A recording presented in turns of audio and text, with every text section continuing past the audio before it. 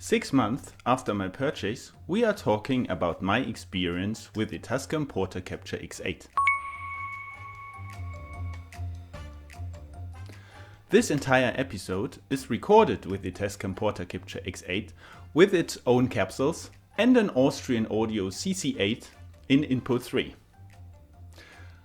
I will switch between those two during the video. Please wear a good pair of headphones to hear the difference. Let's first cover the most obvious of the recorder.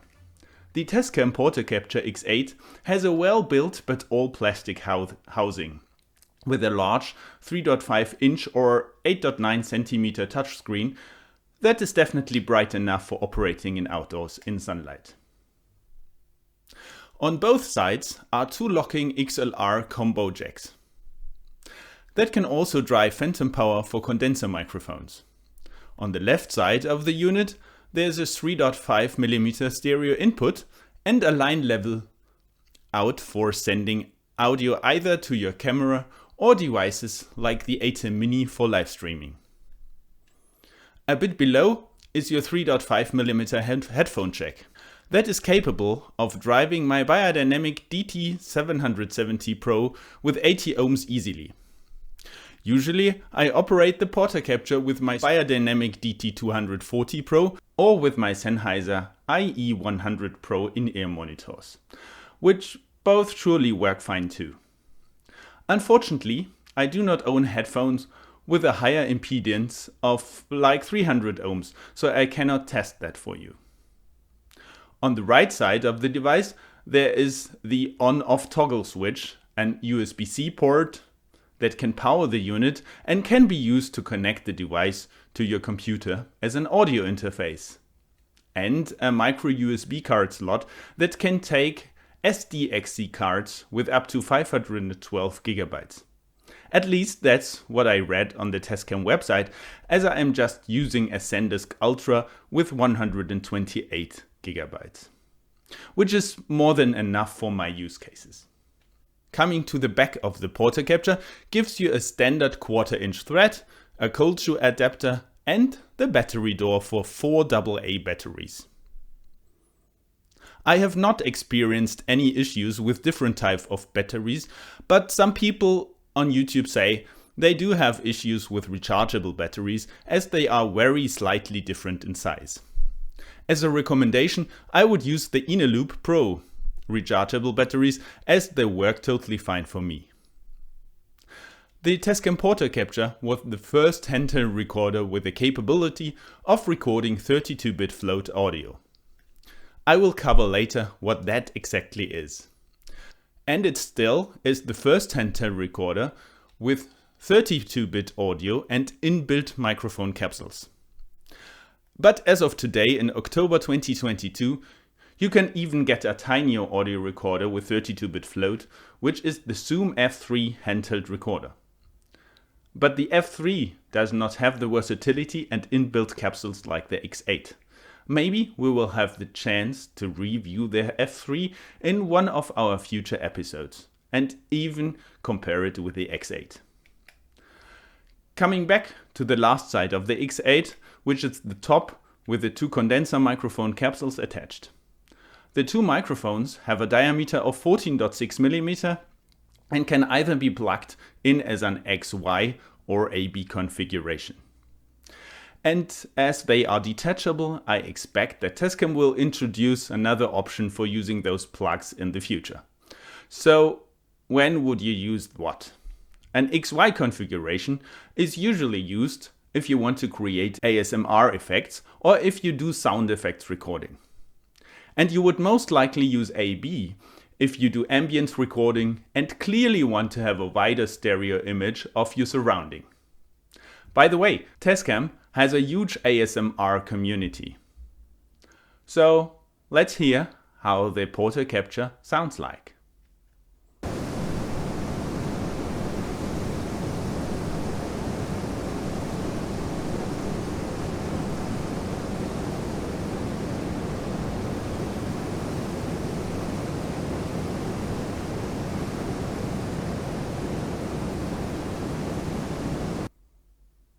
As I said, I will compare the capsules of the Tascam Portacapture X8 with other microphones. In our case, now the Lohm UG Pro and the cardioid pencil condenser microphones from Austrian Audio, the CC8, which you are actually hearing in the talking head portion of the video as well, which as a stereo pair are more expensive than the whole Tascam recorder.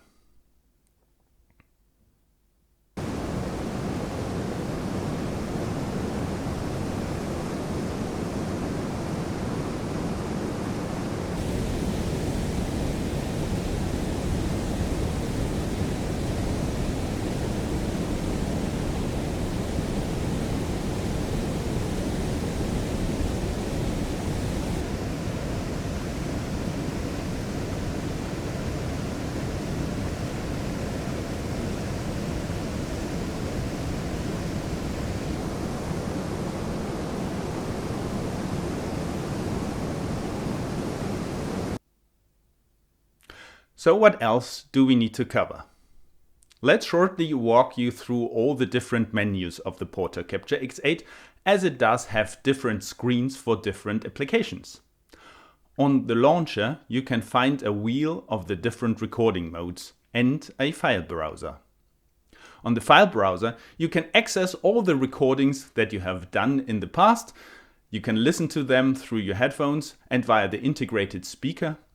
That definitely does not win any prizes, but you can help you just to sort out what the right recording is you want to rename, transfer, or maybe delete.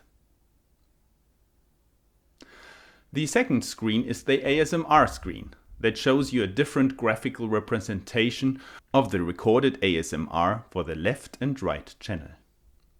The third screen is voice recording, which is meant to be for vlogs, interviews, but not podcasts, as you have a special podcast recording screen as well. The voice screen is doing a mono mix recording instead of a stereo mix. The fourth button on the launcher shows a red and orange grand piano and is meant to be for music recording with a gain staging slider, real meters and a switchable reverb. The manual mode is the one that I like most, as you can dial easily into all settings and adjust each channel's parameters, like mixing all of them on screen, gain staging them, mute or solo the inputs, or pan each one separately. You can also change the master track's volume and switch the mix from stereo to mono if you want to do that. And for any of those on-screen sliders, you can also use the black wheel with the red ring around it to micro-adjust your sliders. In the input settings of each channel, you can toggle on or off phantom power, and if you are not in the 192 kHz mode, you can also set the low-cut filter, a noise gate, a limiter, a compressor, or EQ your signal. The next section in the launcher is for field recording, where you can apply presets for city, nature, vehicle or bird recordings. You can change the input settings and stage your gain with a high or low setting. You can also apply a low-cut filter here, but again, only if you are operating the device not in the 192 kHz mode. The podcast recording mode gives you two pads next to your recordings, where you can play different assigned sounds like an applause or ding dong, or even recordings that you have done by yourself and stored on your SD card. That's it about the recording mode, and in addition to that, you can also tune your instrument, use a metronome, or set it to SD card reader mode if you connect the device to your computer. So, as you see, quite some things to cover and a bit of work to get into all that features. So finally, let's get into the general settings section.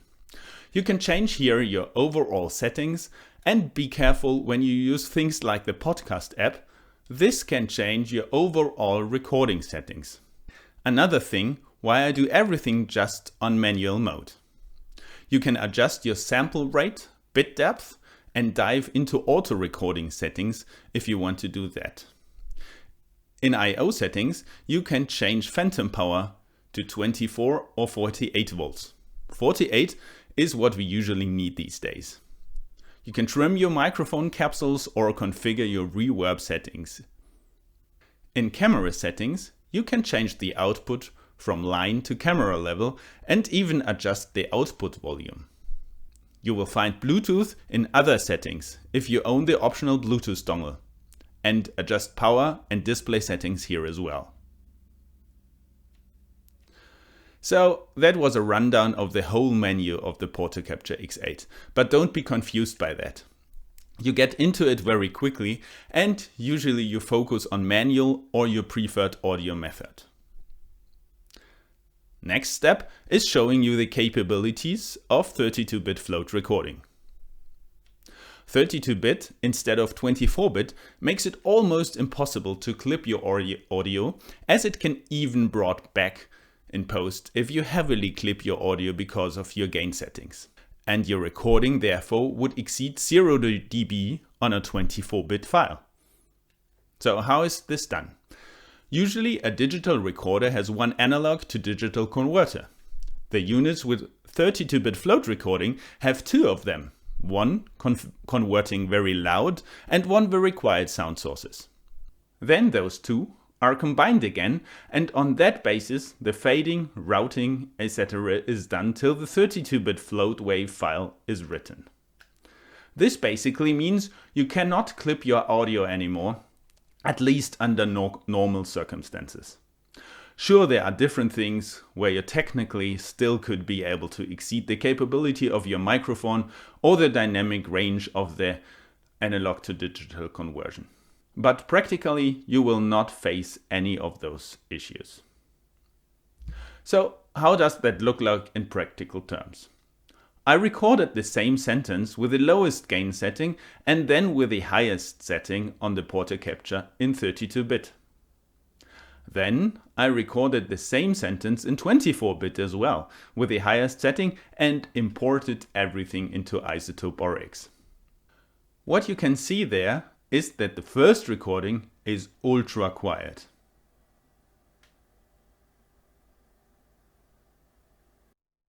This is a test of the Portacapture X8 in the lowest gain setting in 32-bit.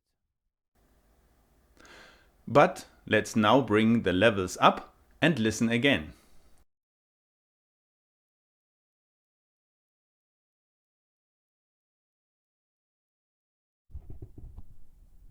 This is a test of the Portacapture X8 in the lowest gain setting in 32-bit.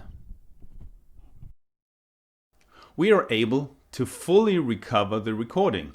The noise floor definitely raised with the uplift of the overall levels, but in an emergency it's definitely usable. Then let's go over to the audio that we have recorded with a much too high gain setting and therefore exceeds 0 dB on a 24-bit file.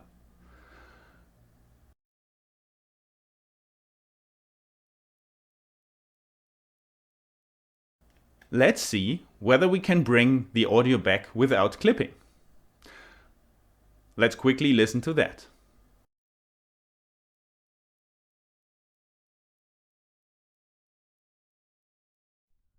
This is a test of the Tascam Portacapture X8 in the highest gain setting in 32-bit. As you can hear, everything is brought back to a usable audio file. And that's something that definitely would not be possible with a clipped 24-bit recording, which I will show you now. So let's quickly bring the levels back on this 24-bit recording.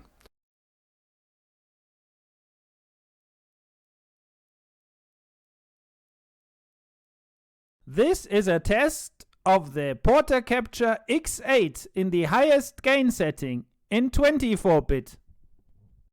As you can see and hear, it's hardly clipping, and almost impossible to restore. There's one thing to mention about the Portacapture X8 if it comes to sound quality.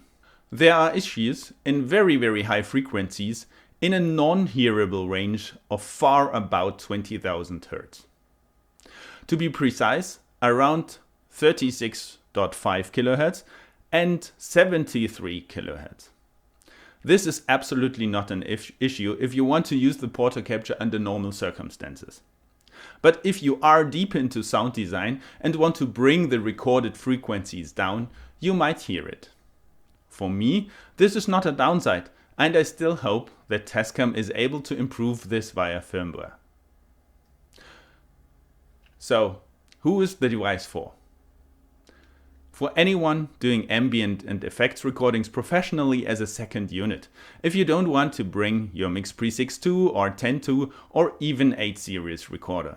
Or anyone doing recordings for fun for sure. For musicians, people who do podcast recordings on locations with up to 4 guests and don't want to take huge equipment with them. Definitely not so much for production sound if you are able to focus on audio. And definitely if you are a video shooter. That's where 32-bit can help you focusing on your video work. That was the overview of the Tascam Portacapture X8. Thanks for watching. Please consider subscribing, hit that like button down below, and talk to you soon.